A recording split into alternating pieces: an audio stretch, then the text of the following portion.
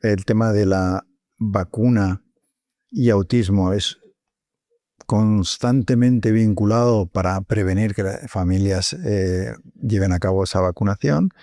Y como dices tú, o sea, es que hay toda una ciencia que corrobora que eso no es así. Pero ¿cómo convences a la gente que, claro, reciben esa información y al final, en muchos casos, lo estamos viendo en Estados Unidos, no vacunan a sus hijos, está habiendo brotes de sarampión que se está disparando en algunos estados y algunos niños están muriendo porque sus padres deciden que no van a vacunar a sus hijos cuando llevamos años salvando a millones de niños de enfermedades conocidas gracias a esas vacunas. Y esto no es una cuestión ideológica, es que son datos científicos.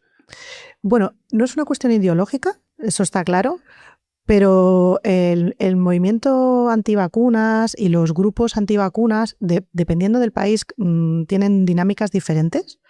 No es lo mismo Estados Unidos, donde hay todo un núcleo de personas famosas, celebrities, actores, actrices, que bueno, han tenido un hijo con una enfermedad del espectro autista y han asumido esto como algo absolutamente cierto, que es por la vacuna, y son... No son muchos, pero son muy ruidosos. En España, por ejemplo, es un concepto totalmente diferente. Está mucho más ligado a personas, comunidades que viven así en contacto con la naturaleza, que buscan las cosas naturales. Claro, la inmunidad natural está muy bien, pero el sarampión, aparte de los daños que produce durante la fase aguda, produce una cosa que se llama inmunoamnesia.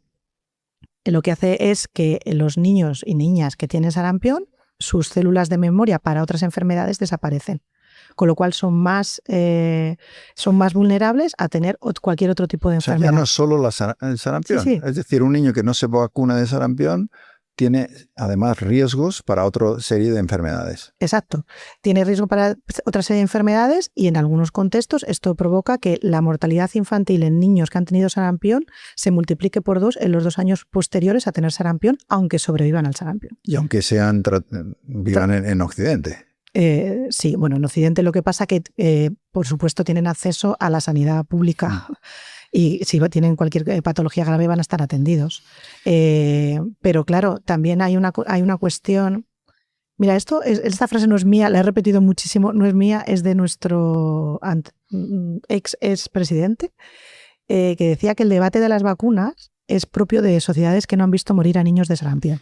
La has citado tú y yo tengo un artículo escrito por mí citando esa frase también. Sí. Desde José Antonio Bastos. Porque claro, cualquiera que haya viajado, ¿no? A África, países de Asia, muchos sitios donde ahora pues no ha habido ese acceso a vacunas. Al revés, se ha querido y no hay familias que les encantaría poder vacunar a sus hijos y que no tienen ese acceso, no tienen el lujo de decidir y sin embargo en Occidente, que las tenemos disponibles casi siempre gratis, sin ningún problema, que vas y te la ponen. Sin embargo, vemos un movimiento antivacunas que además está cogiendo fuerza. Sí, y después del COVID más. Sí, el COVID ha sido como ahí ha habido algo que a mucha gente, incluso gente, y yo conozco gente de mi entorno también, gente que antes no se planteaba el tema de las vacunas, que vacunaba a sus hijos, se vacunaban ellos y demás, y que después del COVID se ha generado una desconfianza muy grande. Es verdad que las farmacéuticas de las que hablaremos tienen una parte importante de culpa en la manera en la que se las ve como simplemente generadores de beneficio y, bueno, la transparencia no es la que debía, pero es verdad que ha habido un cambio. Sí, yo creo que ha habido un cambio primero porque esto sí que fue una pandemia que afectó a sitios que no están acostumbrados a tener epidemias. Sí, que las hemos oído siempre en África. Exacto. Ébola, tú has ido 10 veces. Cólera, ébola, no sé sí, qué, son cosas que... pero no estábamos acostumbrados Exacto. a que nos afectara tan cerca. Claro. Y luego, porque el desarrollo de la vacuna fue muy rápido porque el desarrollo de la vacuna, si el evento es muy frecuente, se puede tener resultados de forma muy rápida. Entonces, o sea, tú coges 2 grupos, a uno lo vacunas, a otro no, y ves cuánta gente enferma al final de un periodo y cuánta gente muere. Claro, si el evento es muy poco frecuente, como el ébola, tardas mucho en desarrollar esa vacuna. Pero si el evento es muy frecuente, y en ese momento era muy frecuente el COVID, esto permitió desarrollar la vacuna y tener resultados muy rápido. Y la gente, yo creo que esto no se explicó bien. Y la gente pensó que esto era un producto que se había hecho muy deprisa, sin cumplir todas las condiciones de seguridad, cuando las vacunas no se aprueba ninguna sin cumplir todas esas condiciones de seguridad. Y que creó una desconfianza. Y luego es verdad que esta guerra de las farmacéuticas, esta guerra financiera y de marketing, de yo voy a presentar mis datos 5 minutos antes que tú, porque así firmo un contrato que además es confidencial y infló los precios a pesar de que la mayor parte de la investigación se ha pagado con fondos públicos. Claro, esta forma de dar la información creó muchísima desconfianza, incluso en gente que las vacunas de rutina nunca había tenido desconfianza y que se las había puesto a sus hijos sin ningún tipo de problema. Claro, ¿cómo combates a esas personas que se han vuelto antivacunas sin despreciar preocupaciones legítimas que puedan tener, ¿no? Claro. Ahí está un poco, me parece, la clave. Claro, en España la vacunación es voluntaria. La de los niños y la de los adultos. Es voluntaria. Pero para escolarizarte, por ejemplo, no hace falta. No, algunos colegios lo piden porque, claro, hay niños que no se pueden vacunar y que para ir al colegio de forma segura necesitan que todos sus compañeros estén vacunados. Niños pues con tratamientos oncológicos, niños con problemas inmunológicos, pero la vacunación es voluntaria. Entiendo que en Francia, por ejemplo, es obligatoria o... No sé. Ahora mismo no lo sé si todas son obligatorias, pero por ejemplo en Italia, que sí que era obligatorio, tenían coberturas menores que en España. España ha sido un país que históricamente ha tenido coberturas muy buenas, porque en España las vacunas llegaron muy tarde.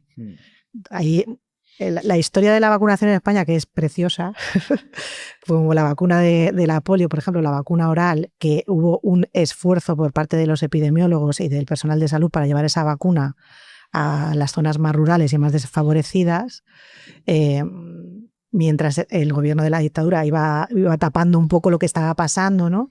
Porque siempre hay esto de no se declaran las epidemias. Bueno, en todos los países donde hay gobiernos autoritarios es difícil declarar epidemias. Por ejemplo, las epidemias de cólera es súper difícil que te la... Sí, porque es como una debilidad. Es una debilidad del reconocer sistema. Una debilidad. Claro. Entonces, la historia de la vacunación en España costó tanto esfuerzo que yo creo que es una cosa que a nivel de la ciudadanía se aprecia mucho. Y los niveles de vacunación en España han sido siempre muy altos, siendo la vacunación desde el año 82 voluntaria.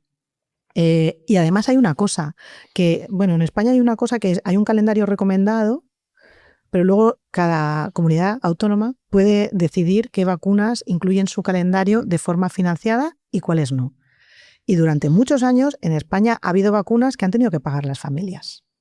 La vacuna del neumococo durante mucho tiempo, la vacuna del rotavirus todavía, y vacunas como la de la meningitis B que son 84 € la dosis y son 4 dosis. Entonces, la gente, cuando ha tenido que pagar y cuando ha visto que los niños que no estaban vacunados por un tema de acceso económico se han puesto enfermos, cuando tú esta vacuna la incluyes en el calendario financiado, que esto también es una lucha de las asociaciones de pediatría y del personal sanitario, que todo el mundo tenga acceso a la vacuna, que no dependa de que vivas. Del dinero que tengas. Claro, no, pero es que ha habido cosas tan absurdas como que un niño de Madrid y un niño de Illescas, que está en Toledo, que está a 30 kilómetros, el de Madrid tenía que pagar por la vacuna del neumococo y el de Castilla-La Mancha ya no. Y así, o sea, por ejemplo, en España es súper curioso, pero normalmente es Galicia quien es como la pionera en introducir más vacunas, por ejemplo, los anticuerpos monoclonales ahora para el virus respiratorio sincitial. O sea, España es un país que es verdad que hay cierta desigualdad en el acceso, que cada vez va a menos, pero que en España ha habido mucho tiempo que los padres tenían que pagar por las vacunas, las familias.